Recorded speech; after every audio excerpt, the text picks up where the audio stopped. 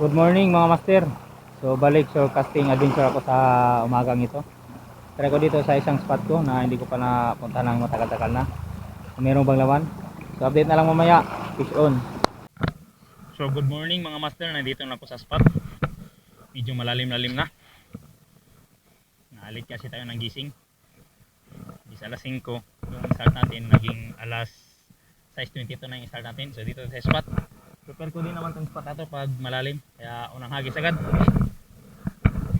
Baon nating setup si Kagiki Ultralight, yung ating reel Ryobi Ultra Power 1000 series, spooled ng Eastern Hunter 6LB, yung leader line natin Eastern Hunter 12LB, lure natin replica lure lang, gold.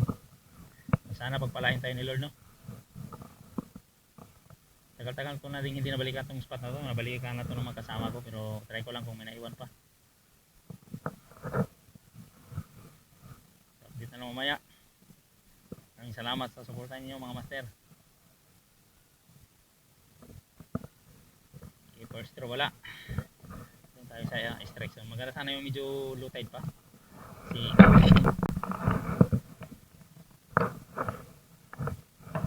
alim na. Kakangalay pag ganito kasi. Hanggang dibdib na yung tubig.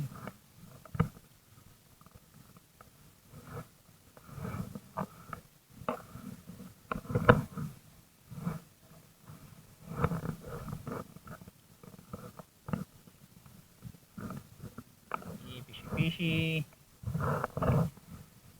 Fish on mga master. Fish on. May nadali agad tayo. Legendary fish na naman ng mga anglers. Unang huli. Legendary fish ng mga angler. Unang huli mga master, oh. Legendary fish ng mga angler. Grabe talaga tong tiking to. Tingnan to. Pang ano. Okay, ilagay ko muna mga master. Legendary fish ng mga angler. Ilagay ko muna. Mababaw na part dahil baka may kuda na nangihingain.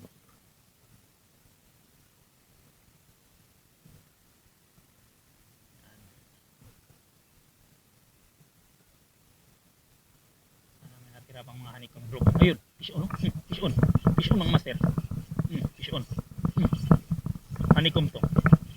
Honeycomb to mga master. Sumisiksik. Okay. Okay, may natira pa. Prepared ko talaga yung spot na to basta malalim mga master. Ayan o. Chicken fish. Honeycomb grouper. Namata lang siya oh. Buti naka-hook set. Thank you Lord. Naka-hook set sa medyo matigas na part. Yan.